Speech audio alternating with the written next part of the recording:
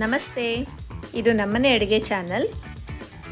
ನಾನಿವತ್ತು ನಿಮಗೆ ಟೇಸ್ಟಿಯಾಗಿರೋ ಕ್ರಿಸ್ಪಿಯಾಗಿರೋ ವಡೆ ಮಾಡೋದು ಹೇಗೆ ಅಂತ ಹೇಳ್ಕೊಡ್ತೀನಿ. ಇದಕ್ಕೆ ಮೊದಲು ನಾವು ಏನು ಮಾಡಬೇಕು, ಕಡಲೆಬೇಳೆ ತೊಗೋಬೇಕು. ನಾನಿಲ್ಲಿ 2 ಬಟ್ಲು ಕಡಲೆಬೇಳೆ ತೊಗೊತಾ ಇದ್ದೀನಿ. 2 ಬಟ್ಲು ಕಡಲೆಬೇಳೆನ ನೀರಲ್ಲಿ ಚೆನ್ನಾಗಿ ತೊಳೆದು ನೀರಲ್ಲಿ ನೆನೆ ಹಾಕಿಡಬೇಕು. 1.5 ಇಂದ 2 ಗಂಟೆ ಟೈಮ್ ನೆನೆದ್ರೆ ಸಾಕು.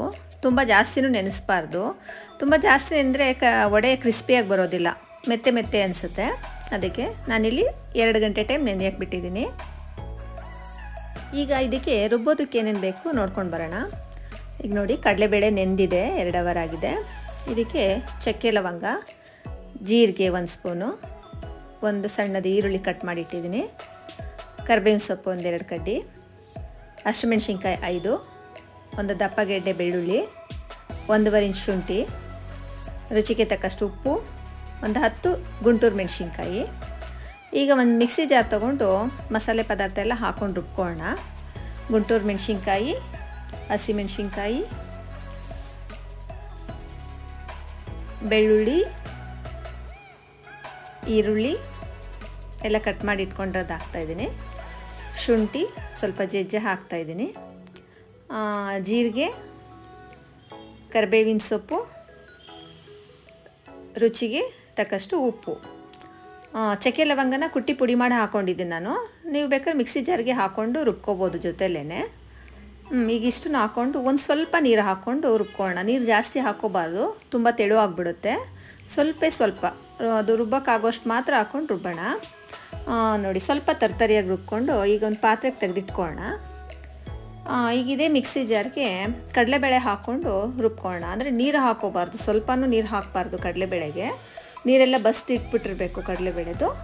ಆಮೇಲೆ ಬರೀ ಕಡಲೆಬೇಳೆ ಹಾಕ್ಕೊಂಡು ಅದನ್ನು ಗ್ರೈಂಡ್ ಮಾಡಿ ಸ್ವಲ್ಪ ತರ್ತರಿಯಾಗಿ, ಸ್ವಲ್ಪ ಕಾಳಿರಬೇಕು ಅದರಲ್ಲಿ, ಆ ರೀತಿ ತರ್ತರಿಯಾಗಿ ರುಬ್ಬಿಟ್ಕೊಂಡು ನೋಡಿ ಈ ರೀತಿ ರುಬ್ಕೊಂಡು ಎಲ್ಲ ಮಿಕ್ಸ್ ಮಾಡ್ಕೊಳ್ಳೋಣ. ಮಸಾಲೆ ಜೊತೆಲಿ ಮಿಕ್ಸ್ ಮಾಡಿ ಕಲಿಸ್ಕೊಳ್ಳೋಣ. ಈಗ ಇದ್ರ ಜೊತೆಗೆ ಈರುಳ್ಳಿ ಮತ್ತು ಕೊತ್ತಂಬರಿ ಸೊಪ್ಪು ಕಟ್ ಮಾಡಿ ಹಾಕ್ಕೊಂಡು ಮಿಕ್ಸ್ ಮಾಡ್ಕೋಬೇಕು. ಸಬ್ಬಕ್ಕಿ ಸೊಪ್ಪಿದ್ರೆ ಆಪ್ಷನಬಲ್ಲು, ಹಾಕೋಬೋದು. ನೋಡಿ, ನಾನಿಲ್ಲಿ ಸಬ್ಬಕ್ಕಿ ಸೊಪ್ಪು 1 ಬಟ್ಲು ಸಣ್ಣಗೆ ಕಟ್ ಮಾಡಿ ಇಟ್ಕೊಂಡಿದ್ದೀನಿ, ನೀಟಾಗಿ ವಾಶ್ ಮಾಡಿ. ಅದ್ರ ಜೊತೆಗೆ ದಪ್ಪದ 2 ಈರುಳ್ಳಿ ಸಣ್ಣ ಕಟ್ ಮಾಡಿ ಇಟ್ಕೊಂಡಿದ್ದೀನಿ, ಹಾಕ್ತಾಯಿದ್ದೀನಿ. 2 ಈರುಳ್ಳಿ, ಒಂದು ಸ್ವಲ್ಪ ಕೊತ್ತಂಬರಿ ಸೊಪ್ಪು, ಇಷ್ಟನ್ನು ಹಾಕಿ ಮಿಕ್ಸ್ ಮಾಡಿ ಕಲಿಸ್ತಾ ಇದ್ದೀನಿ.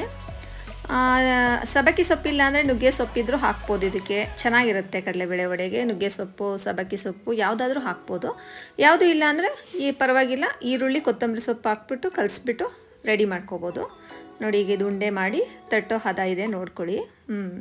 ಕಡಲೆಬೇಳೆ ರುಬ್ಬಬೇಕಾದ್ರೆ ಸ್ವಲ್ಪನೂ ನೀರು ಹಾಕ್ತೀರ ರುಬ್ಬಿದ್ರೆ ಕ್ರಿಸ್ಪಿಯಾಗಿ ಬರುತ್ತೆ. ಇದೆಲ್ಲ ಒಂದು ಸಣ್ಣ ಟಿಪ್ಸ್ಗಳು ಅಷ್ಟೇ. ಈಗ ಎಣ್ಣೆ ಕಾಯಕ್ಕಿಡೋಣ. ಈ ರೀತಿ ವಡೆನ ಸಂಜೆ ಟೈಮು ಕಾಫಿ ಟೀ ಟೈಮಲ್ಲಿ ಸ್ನ್ಯಾಕ್ಸ್ ರೀತಿ ಮಾಡಿಕೊಂಡ್ರೆ ತುಂಬ ಟೇಸ್ಟಿಯಾಗಿರುತ್ತೆ, ಖಾರವಾಗಿ ಚೆನ್ನಾಗಿರುತ್ತೆ. ಕಾಫಿ ಜೊತೆಲಿ ಟೀ ಜೊತೆಲಿ ಕಾಂಬಿನೇಷನ್ಗೆ.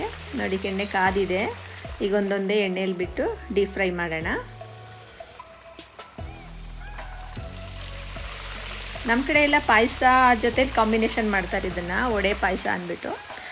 ನಿಮ್ಗೆ ಇಷ್ಟ ಆಗುತ್ತೋ ಇಲ್ಲೋ ಗೊತ್ತಿಲ್ಲ. ನಾನು ಇನ್ನೊಂದು ದಿನ ಪಾಯಸನೂ ಮಾಡಿ ರೆಸಿಪಿ ತೋರಿಸ್ತೀನಿ ನಿಮಗೆ. ಹೆಸರುಬೇಳೆ ಪಾಯಸ ತುಂಬ ಟೇಸ್ಟಿಯಾಗಿರುತ್ತೆ, ಚೆನ್ನಾಗಿರುತ್ತೆ, ಆರೋಗ್ಯಕ್ಕೂ ಒಳ್ಳೆಯದದು. ನೋಡಿ, ಈಗೆಲ್ಲ ಬೇಯ್ತಾ ಇದೆ. ಸ್ವಲ್ಪ ಗೋಲ್ಡ್ ಕಲರ್ ಬರೋ ಥರ ನೀಟಾಗಿ ಗೋಲ್ಡನ್ ಫ್ರೈ ಮಾಡೋಣ.